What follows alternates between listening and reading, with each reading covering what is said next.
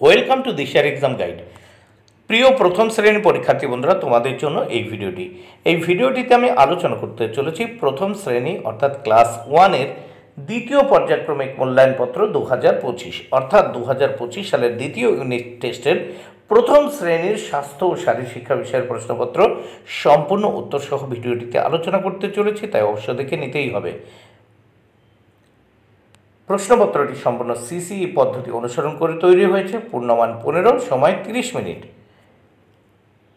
এখানে পরীক্ষার্থীর নামের জায়গায় তোমরা তোমাদের নাম, বিদ্যালয়ের নামের জায়গায় তোমরা তোমাদের বিদ্যালয়ের নাম লিখবে। এখানে ক্রমিক সংখ্যা অর্থাৎ তোমরা তোমাদের রোল নাম্বার লিখবে। প্রথমে এক দাগে কি বলেছে দেখে নেওয়া যাক। শূন্যস্থান পূরণ করো। 4 মার্কের জন্য রয়েছে 4 মার্ক বরাদ্দ। পাখি উড়ে যায় গাছের ডালেতে, তাহলে শূন্যস্থানে হবে গাছের। তারপর পাকা পেঁপে রোজ খায়, শূন্যস্থানে পেঁপে।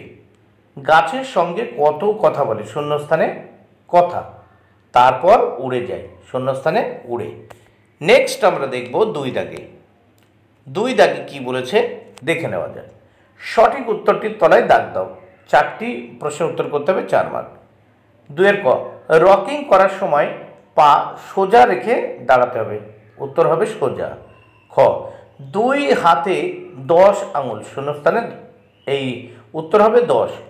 গ, ফুলেদের রানী গোলাপ, তাহলে শূন্যস্থানে রানী। ঘ, গলা দিয়ে আসে স্বর, শূন্যস্থানে হবে স্বর। নেক্সট আমরা দেখব 3 দাগে। একটি বাক্যে উত্তর লেখো যে কোনো 3টি, এর জন্য 3 মার্ক বরাদ্দ। প্রত্যেকটি প্রশ্নের জন্য 1 মার্ক বরাদ্দ। 3 ক, হনুমান কি খেতে ভালোবাসে, উত্তর হনুমান কলা খেতে ভালোবাসে। নেক্সট পেজ দেখে নেব প্রশ্নপত্রের।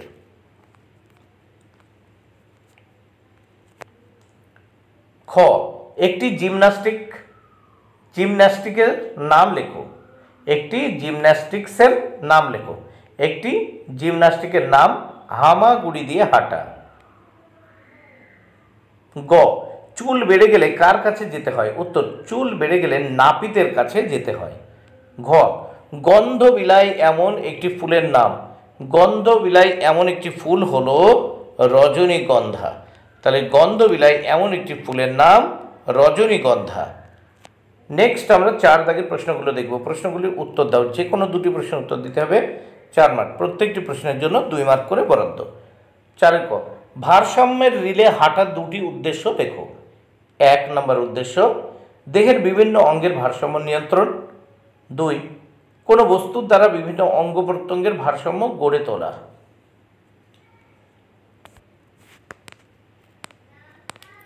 খ দাগ,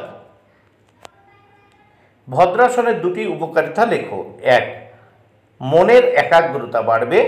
2, মনের অস্থিরতা দূর হবে। গ দাগে, শবাসনের 2টি পদ্ধতি লেখো। উত্তর 1, হাঁটু মোড়ে বাবু হয়ে মাটিতে বসতে হবে।